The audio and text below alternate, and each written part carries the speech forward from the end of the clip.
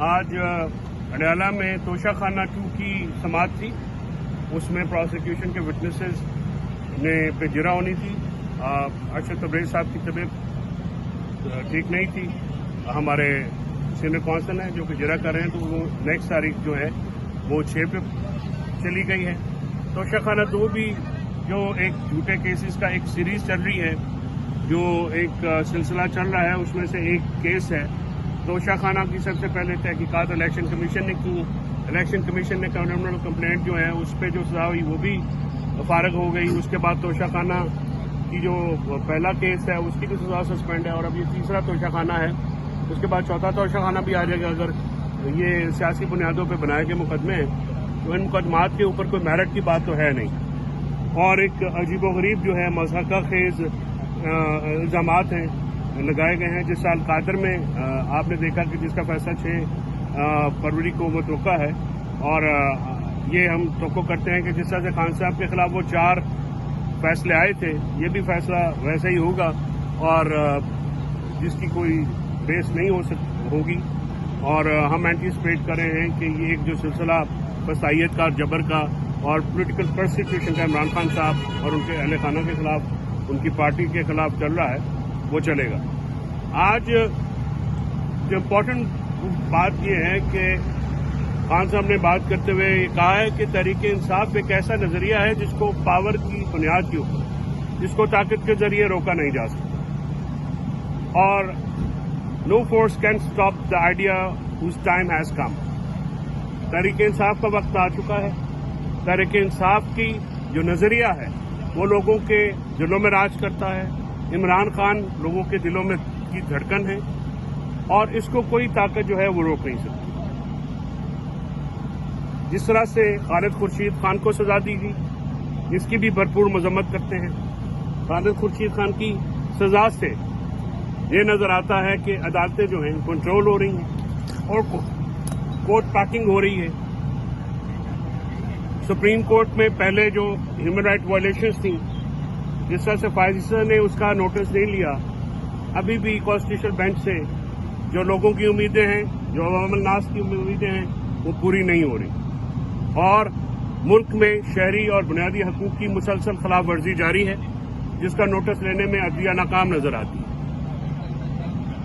Specific سوال کے جواب میں آج عمران خان صاحب نے یہ واضح کیا کہ ان کو بالواسطہ طور پہ بنی گالہ میں شفٹ ہونے کی آفر آئی تھی, اور ہمیشہ یہ بالواسطہ طور پہ انڈائریکٹلی آتی ہے. تو انہوں نے کہا کہ جب تک میرے کارکنان, جب تک میرے دوسرے رہنما جو ہیں وہ نہیں ریلیز ہوں گے تو وہ اپنی رائے کی بات نہیں کرنا چاہتے. یہ خان صاحب کا ایک فرم موقف ہے. لیکن اس کے ساتھ ساتھ میں یہ کہتا چلوں کہ میرے سمیت پارٹی کے جو ورکرز ہیں, پارٹی کے جو رہنما ہیں, مذاکراتی کمیٹی ہے, ہمارے لیے خان صاحب کی رہائی بہت اہم ہے. ہم چاہتے ہیں کہ عمران خان کی رہائی جو سیاسی کیسز میں, جو بوگس کیسز میں, جو کنکاکٹڈ کیسز میں ہیں, وہ فوری طور پہ ہو. عمران خان صاحب کو عملی سیاست میں حصہ لینے کی اجازت ہونی چاہیے. عمران خان کا سیاسی قد کاٹ, عمران خان کی جرت, عمران خان کی ہمت, بہادری, وہ ہر خاص و عام کے اوپر پوری طرح سے آشکارا ہے. اور پاکستان کے سیاسی نظام میں عمران خان صاحب کی ریلیونس جو ہے وہ ملکی اور بین الاقوامی سطح پہ ریکگنائز ہے, اور اس میں کسی قسم کا شک نہیں. بلا شک و شبہ عمران خان ہی ایک واحد سیاسی شخصیت ہے جو پاکستان کو سیاسی عدم استحکام سے, معاشی عدم استحکام کے جو خطرات ہیں ان سے نجات دلا سکتے ہیں. عمران خان صاحب کے آنے سے ملک میں آئی ٹی انڈسٹری کا جیسے پہلے بوم تھا وہ دوبارہ ہوگا, اور پاکستان تحریک انصاف کو کریش کرتے اس ملک میں عدلیہ کا, جمہوریت کا, رول آف لا کا گلا گھونٹ دیا گیا. آزاد میڈیا کے اوپر قدغنیں لگا دی گئی. آپ میڈیا جو کہ ہمیشہ ہماری آواز پہنچاتا ہے, غیر اعلانیہ پابندی ہے عمران خان صاحب کی تصویر کے اوپر, ان کے بیان چلانے کے اوپر, اور ان کی کوئی اسٹیٹمنٹ بھی نشر کرنے.